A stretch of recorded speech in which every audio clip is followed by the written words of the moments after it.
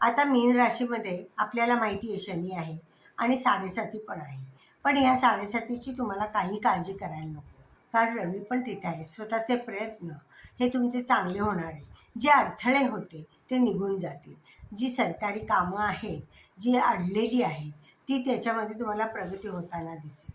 मुख्य म्हणजे तुम्हाला ज्या इन्व्हेस्टमेंट तुम्ही करणार आहात, त्याच्यामध्ये मात्र खूप दक्ष राहिलं पाहिजे. ते कागदपत्रांमध्ये काही घोटाळे होण्याची शक्यता आहे. त्याच्यामध्ये तुम्ही ते तपासा. बारीकल्या बारीक गोष्टी आहेत ना, त्या नीट निरखून बघा. म्हणजे ह्या घोटाळा किंवा ही फजिती ही राहील. नाहीतर तुम्ही मोठ्या ज्या गुंतवणूक आहे ना, त्या पोस्टपोन करा.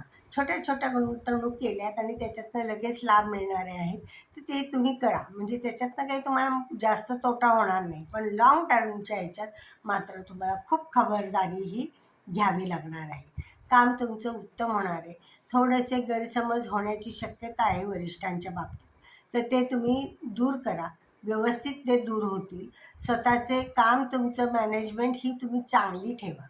कारण काम करायला पाहिजे हे मात्र सांगते. थोडासा आळमटळम करू नका तुम्ही. होण्याची शक्यता आहे. कारण इथे जरा थोडं खूप कामाने थकवा येण्याची शक्यता आहे. त्यामुळे इथे थोडंसं कामाला मागे-मागे होण्याची शक्यता आहे. पण वेळेत करा काम. मुख्य म्हणजे जे काम कराल ते नीटनेटकं आणि व्यवस्थित करा. आर्थिकदृष्ट्या तुम्हाला हा अतिशय उत्तम काळ आहे. घरातलं कौटुंबिक वातावरण तुमचं अतिशय उत्तम राहणार आहे. आर्थिक ओघ चांगला राहणार असल्यामुळे घरातल्यांचे ज्या काही गरजा आहेत त्या पूर्ण करणार आहेत. घरातली लोक समाधानी राहतील. तुम्ही पण समाधानी राहणार आहात. कारण आर्थिक ओघ चांगला आल्यामुळे काम जरी जास्त पडलं तरी आर्थिक फायदा होतोय हे एक तुम्हाला समाधान राहील. शिवाय घरातल्याही व्यक्ती तुमच्या समाधानी असल्यामुळे तुम्ही तिथे समाधान तुम्हाला राहणार आहे. परदेशासंबंधी जे काही व्यवहार होते ते मात्र जपून करा. परदेशासंबंधी कामं होणार आहेत, पण जरा उशिरा होण्याची शक्यता आहे.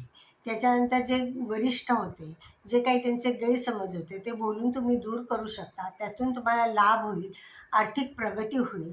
वरिष्ठांची मर्जी तर राहीलच, पण तुम्हाला प्रमोशन किंवा आर्थिक फायदे यातनं तुम्हाला मिळण्याची शक्यता जास्त आहे. घरामध्ये एखादं मंगलकार्य होण्याची शक्यता दाट आहे.